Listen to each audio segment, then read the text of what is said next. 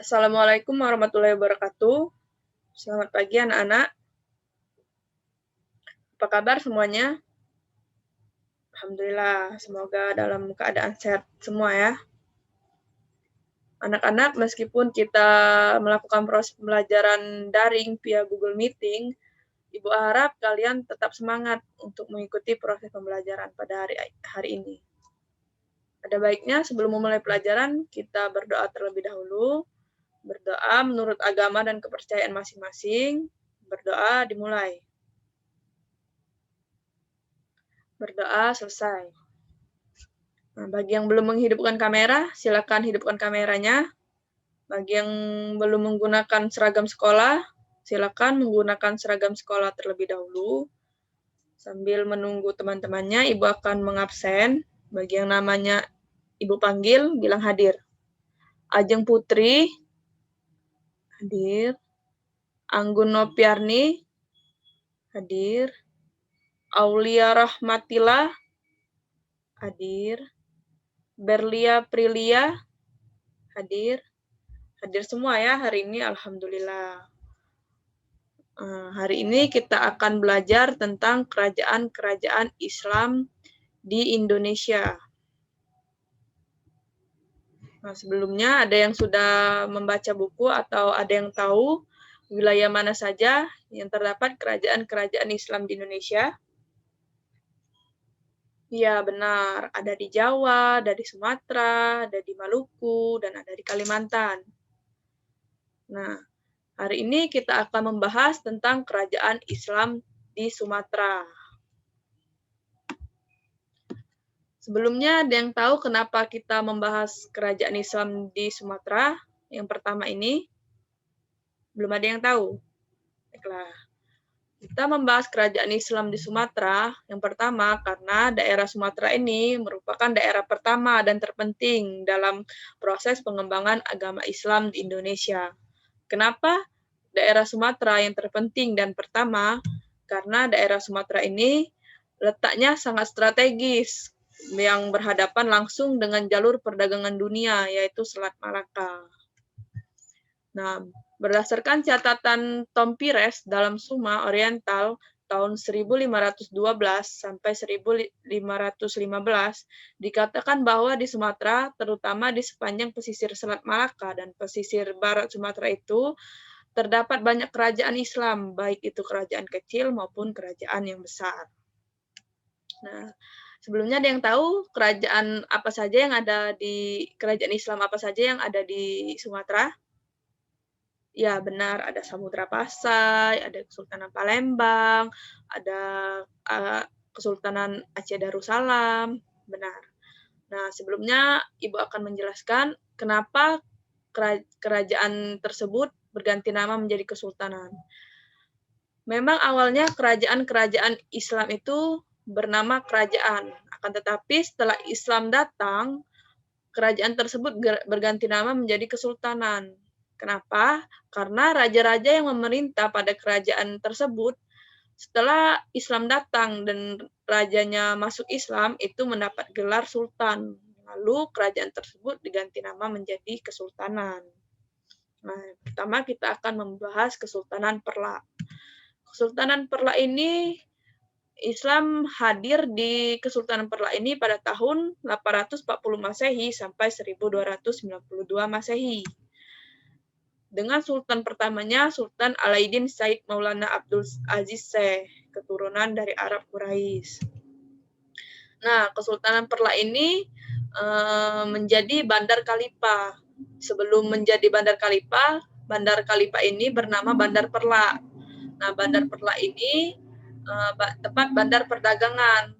Para khalifah-khalifah tersebut sambil berdagang, sambil menyebarkan agama Islam. Lalu, untuk menghargai para khalifah tersebut, Sultan Perla ini mengganti Bandar Perla tersebut menjadi Bandar Khalifah. Nah, perlu kalian ketahui bahwa perla itu merupakan jenis kayu. Nah, bisa dilihat di PPT Ibu, ini ada peta dari Kesultanan Perla. Ini yang biru ini merupakan dari Kesultanan Perla, dan di bawahnya ada masjid peninggalan dari Kesultanan Perla. Selanjutnya, pada tahun 956 Masehi, Sultan ketujuh dari Kesultanan Perla ini meninggal. Nah, setelah Sultan tersebut meninggal, terjadinya perebutan kekuasaan antara golongan Syiah dan golongan Sunni. Nah, pada tahun 986, wilayah Kesultanan Perla ini dibagi menjadi dua, di pesisir untuk Syiah dan di pedalaman untuk Sunni. Nah, setelah itu pada tahun 1006 Masehi, Kesultanan Perla ini diserang oleh Sriwijaya di bawah pemimpin Sunni yang melawan Sriwijaya. Setelah itu pada tahun 1230 sampai 1267, Sultan ke-17 yaitu Sultan Muhammad Amin Syejohan berdaulat. Ia menikahkan anaknya kepada anak-anak kesultanan tetangga. Untuk apa? Untuk menjalin persahabatan antar kesultanan tersebut. Nah, selanjutnya, pada Kesultanan Perla ini pernah mengalami masa kejayaan. Masa kejayaan Kesultanan Perla ini pada masa pemerintahan Muhammad Amin Syejohan berdaulat. Nah, pada masa pemerintahan Muhammad Amin Syejohan berdaulat ini, Kesultanan Perla itu menjadi bandar dagang khalifah dan persinggahan pelayaran pedagang dari Arab ke Cina, lalu ke Asia Barat.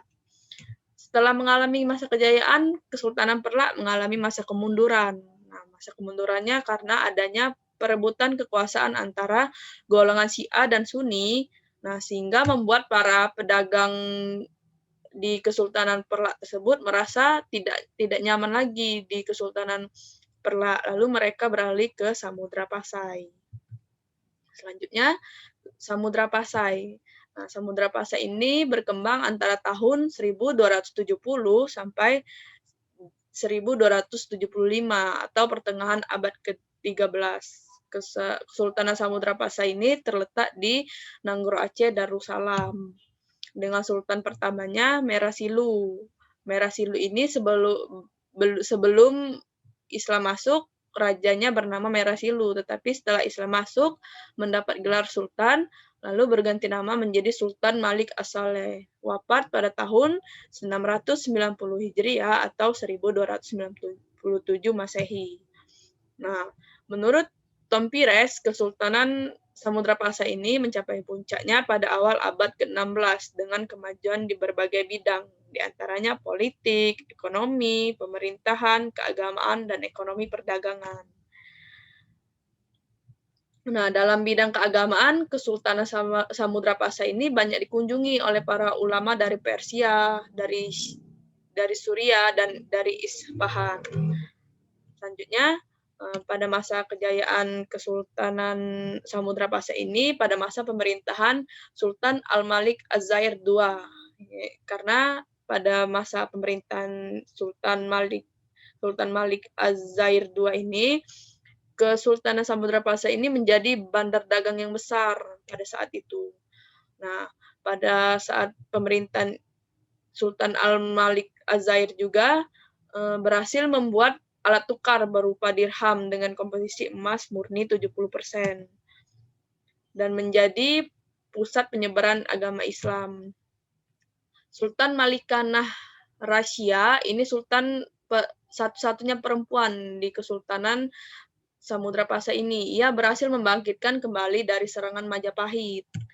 Nah, ini raja yang pernah memerintah di Kesultanan Samudra Pasai. Nah, ini peninggalan dari Kesultanan Samudra Pasai. Ini dirham. Dirham ini alat tukar berupa emas 70% tadi. Cakradonya, naskah surat Sultan Zainal Abidin, stempel kerajaan, dan ada makam. Ini peninggalan dari Kesultanan Samudra Pasai. Selanjutnya, Kesultanan Aceh Darussalam. Kesultanan Aceh Darussalam ini pada tahun 1520 Masehi, Aceh berhasil menaklukkan kerajaan Daya ke dalam kekuasaan Aceh Darussalam. Nah, tahun 1524, Pedir dan Samudra Pasai juga berhasil ditaklukkan oleh Kesultanan Aceh Darussalam. Dan pada tahun 1630, Sultan Ali Muhayyad Syekh wafat dan penggantinya adalah Sultan Alauddin Riayat Syekh Al-Qahar pada tahun 1538 sampai 1571. Nah, pada Kesultanan Aceh Darussalam ini juga mengalami masa kejayaan pada masa pemerintahan Sultan Iskandar Muda.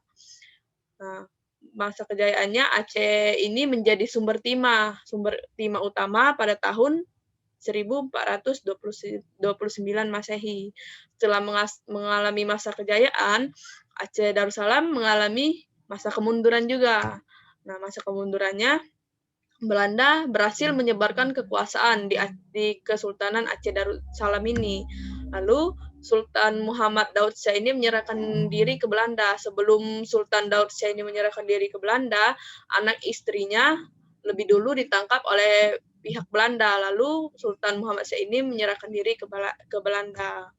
Nah, ini raja yang pernah memerintah di Kesultanan Aceh Darussalam, ada Sultan Ali Muhayyad Syekh, Sultan Alauddin Riayat Syekh Al-Qahar, Sultan Alauddin Riayat Syekh bin Munawar Syekh, Sultan Iskandar Muda, Sultan Iskandar Thani.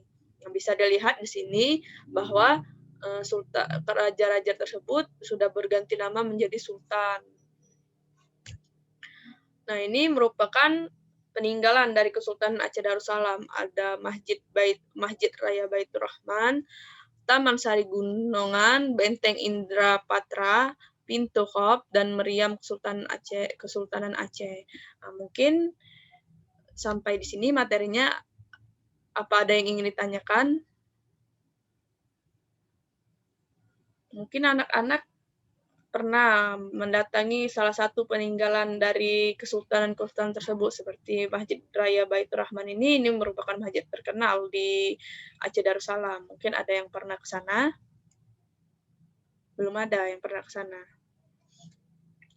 Nah, mungkin ada yang ingin ditanyakan terkait materi tentang kesultanan di Sumatera? Bu, persilakan jika ada yang ingin ditanyakan. Jika tidak ada yang ingin ditanyakan, kita cukupkan dulu materi pertemuan hari ini. Minggu depan kita akan membahas Kesultanan Siak Sri Indrapura, Kesultanan Palembang Darussalam, dan Kesultanan Pagaruyung. Nah, anak-anak nantinya bisa membaca terlebih dahulu tentang tiga kesultanan di Sumatera ini. Jika tidak ada yang ingin ditanyakan lagi, semoga pertemuan kita hari ini dan ilmu yang Ibu berikan hari ini bermanfaat untuk anak-anak. Tetap jaga kesehatan, tetap jaga semangat untuk mengikuti proses pembelajaran daring ini. Ibu akhiri, wassalamualaikum warahmatullahi wabarakatuh.